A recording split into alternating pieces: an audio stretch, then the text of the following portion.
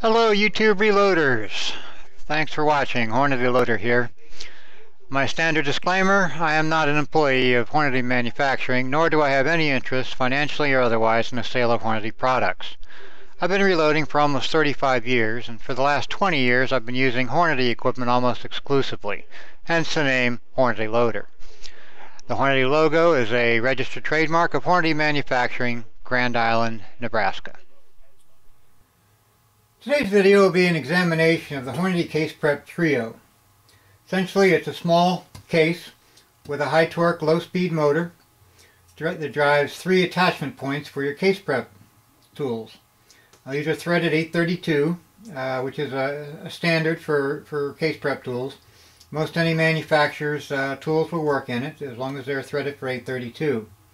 Hornady themselves make about 17 or 18 different tools, which is kind of why I mounted mine to a board here with rubber feet on the bottom. The Case Prep Trio also has its own rubber feet that are attached to little bolts on the bottom, same as the bolts that are on the top.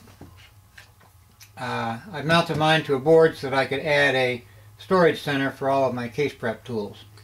The little bolts on the top in the case here, Hornady calls those storage device, storage area for your case prep tools. But since there's only 4 of them, and add the 3 that are the 3 attachment points in the front, it really only gives you the ability to hold 7 different tools.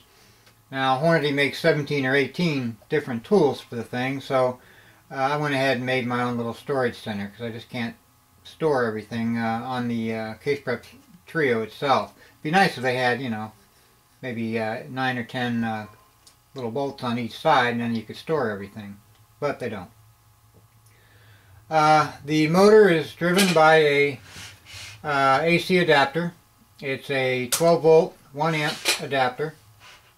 I label all of mine because my adapter, I have so many different little adapters that I get them mixed up from time to time.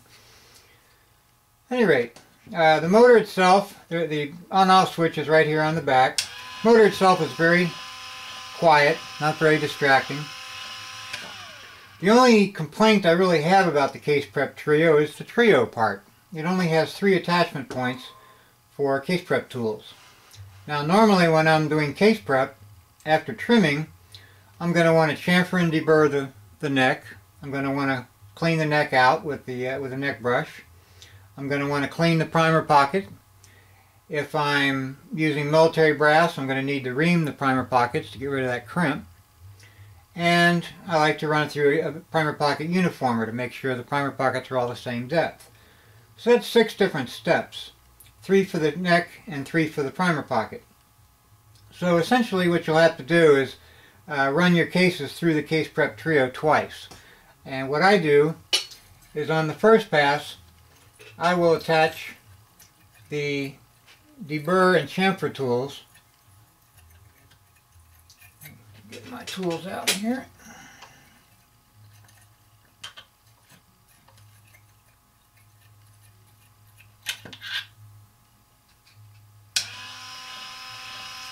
Put my deburr tool at the top.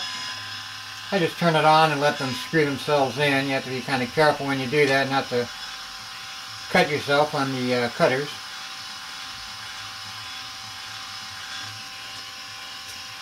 So I've got deburr and chamfer, and I'll add the case neck brush as my third case prep tool. Now this way, with the first 3 tools that I use, I can deburr, chamfer, and clean the case neck,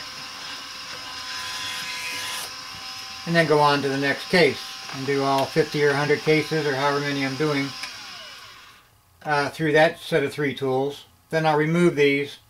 I'll put in my primer pocket tools and run the primer pocket through its 3 steps.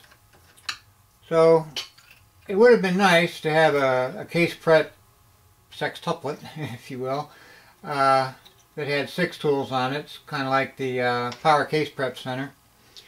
But there's only 3, so you have to run your cases through here twice. That's really the only complaint I have about the thing. I love having a powered case prep tool like this, so that my hand doesn't get cramped using the handle to do all the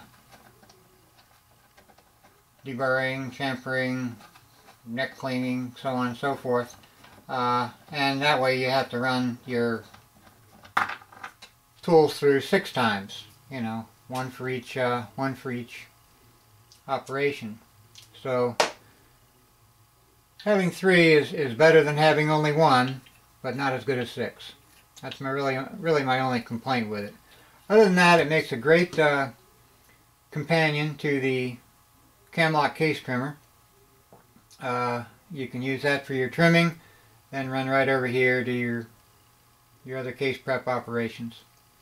So you can do your trimming and 3 of the operations in one step, then you run them through the next 3 operations in a second step. So you're really running your cases through, you know, having to handle them twice before they're ready for reloading.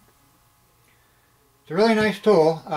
Like I said, it's quiet, it's very efficient. No matter how hard you jam your cases onto this thing, you cannot stop this motor. They'll just keep on turning. There's 2 things I want to kind of emphasize with this tool, though, or with case prep tools, that I've seen some reloaders do. There are, as I mentioned, of course, you have a chamfer tool, which basically deburrs the inside of the neck. After your trimming operation, you've got burrs on the outside and possibly burrs on the inside of the neck. The chamfering removes them from the inside.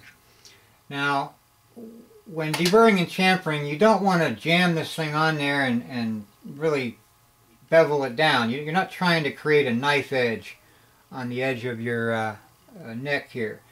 All you really need to do is just hold it up there and let the tool do the work. Don't feel like you have to jam it on there.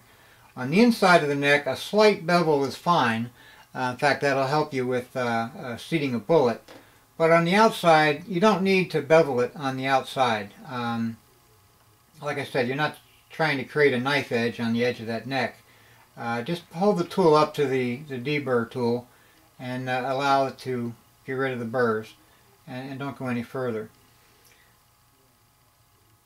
Now, the other thing I want to mention about the chamfer tool here, I have seen reloaders. In fact, I watched a YouTube video very recently where instead of using a primer pocket reamer, which is designed for getting rid of the crimp in a military case,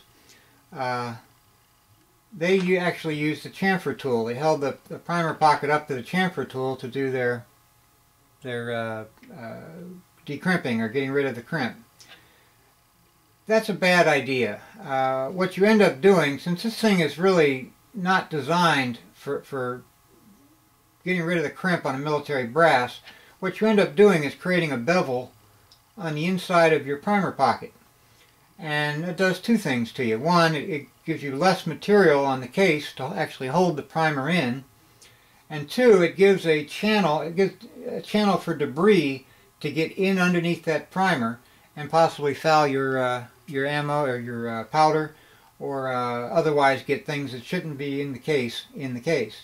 So don't use your chamfer tool to get rid of the military crimp. Use the appropriate tool for the job. In other words, a primer pocket reamer. Okay.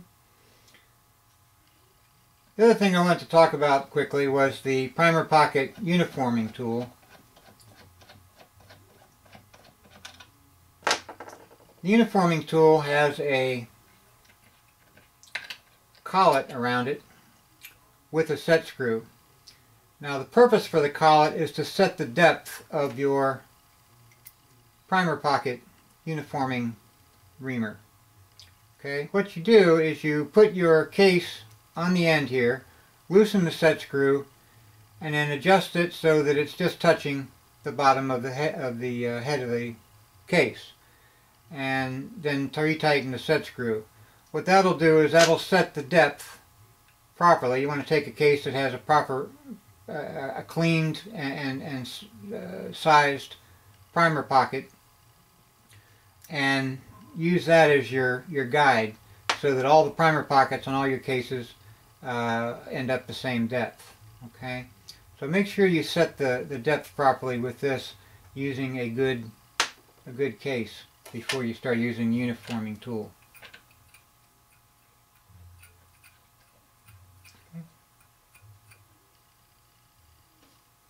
That's really all there is to the Case Prep Trio. Essentially, it's a motor with 3 attachment points.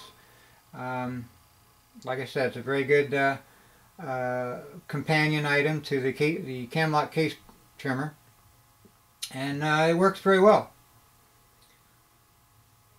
Hope you liked the video. Thanks for watching. If you did like the video, please click the like button, and possibly even subscribe to my channel. Thanks for watching. Happy reloading.